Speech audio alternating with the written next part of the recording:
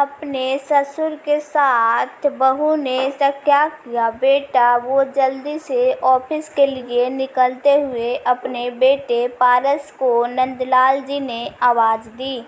हाँ पापा कहिए, कुछ चाहिए क्या? वो मेरा चश्मा टूट गया है तो ठीक करवा देते तो। अरे पापा तो नया ले लो ना। और उसने अपनी पत्नी रेशमी को आवाज़ लगाई, ज़रा देख लेना पापा को क्या चाहिए, मुझे अभी देर हो रही है, कहकर वो घर से निकल गया। पारस के घर से निकलते ही रेशमी ने अपने ससुर को घूर कर देखा। क्या आपको इतना भी नहीं पता कि घर से जाते हुए किसी को ऐसे टोकना नहीं चाहिए? क्या हो गया है आपको? अब कौन सी पढ़ाई करनी है? क्या करोगे चश्मे का? बेटा बेचारा मेहनत करके पैसे कमाता है और ये फजूल खर्ची तो सोचते हैं। नंदलाल जी बहू की डांट खाकर चुपचाप अंदर अपने कमरे में चले गए। पारस ने भी कोई ध्यान नहीं दिया कि उसके पापा का चश्मा नहीं आया। उसे विश्वास था कि रेशमी चश्मा ले आई होगी। ऐसा हो भी क्यों ना, जब भी पारस घर पर होता तो रेशमी अपने ससुर के साथ बहुत ही अच्छा व्यवहार करती थी। पारस को दिखा दिखा कर उसने सारे काम किया करती थी। इसी विश्वास में आकर घर का सारा काम रेशमी को सौंप कर वो निश्चिंत रहता था। खुद के पास तो उसको इतना समय नहीं था कि वो अपने पापा से कुछ देर बैठकर बात कर ले। उसे रेशमी के दोहरे चरित्र का कोई अंदाज़ा नहीं था। रोज़ जब तक पारस ऑफिस से आता नंदलाल जी सोने जा चुके होते थे। पारस अपने पापा के बारे में पूछता तो रेशमी कहती कि उन्हें आराम करना होता है, फिर देर से उन्हें नींद नहीं आती, इसलिए वो जल्दी ही सो जाते हैं।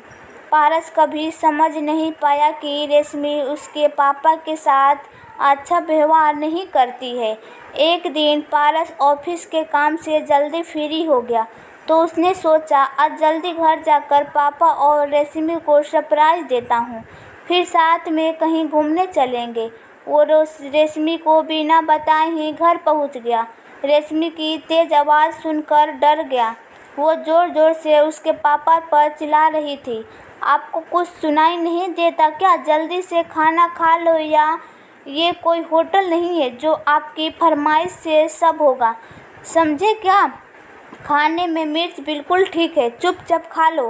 खाने में मिर्ची ज़्यादा थी, नंदलाल जी खा नहीं पा रहे थे। रेशमी फिर चिल्लाई, आप फालतू के ड्रामे मत करो, जल्दी से खाना खाओ और अपने कमरे में जाकर खबरदार अगर पारस से कुछ भी कहा। पारस ये सब सुनकर बहुत हैरान था। उसे बहुत गुस्सा आ रहा था। उसने खिड़की से झांक कर अपने पापा की प्लेट में देखा कि खाने में क्या है। उसने देखा तो 2 सूखी रोटी और 1 सब्जी थी। जब रेशमी शांत हो गई तो वो घर के अंदर आया। उसने देखा उसके पापा बर्तन धो रहे थे। अचानक से पारस को देखकर रेशमी सकपका गई।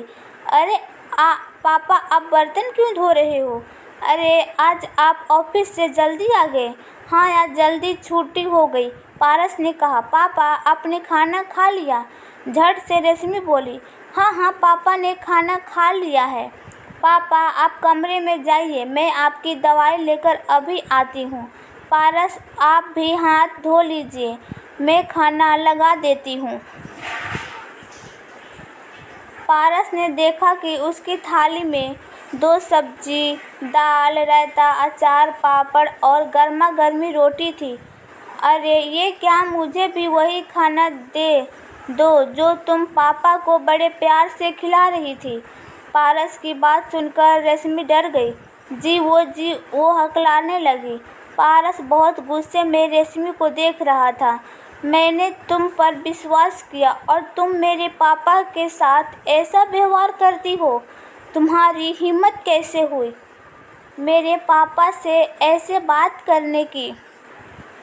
मैं तुम्हें अपने पापा के सामने बेइज्जत नहीं करना चाहता, इसलिए आज समझा रहा हूँ।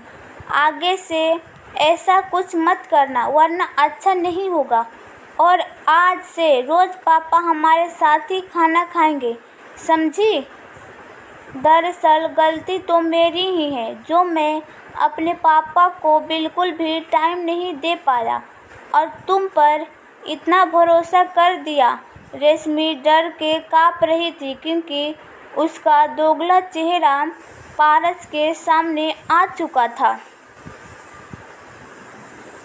पारस उसी समय अपने पापा के पास गया, उनका हाथ पकड़ लिया और बोला, पापा मुझे माफ़ कर दीजिए, मैं आपकी तकलीफ़ को समझ नहीं पाया, लेकिन आज के बाद आपके साथ कुछ भी हो गलत नहीं होगा। आप हर बात मुझसे बेझिझक करिएगा और आज के बाद हम दोनों हमेशा साथ में खाना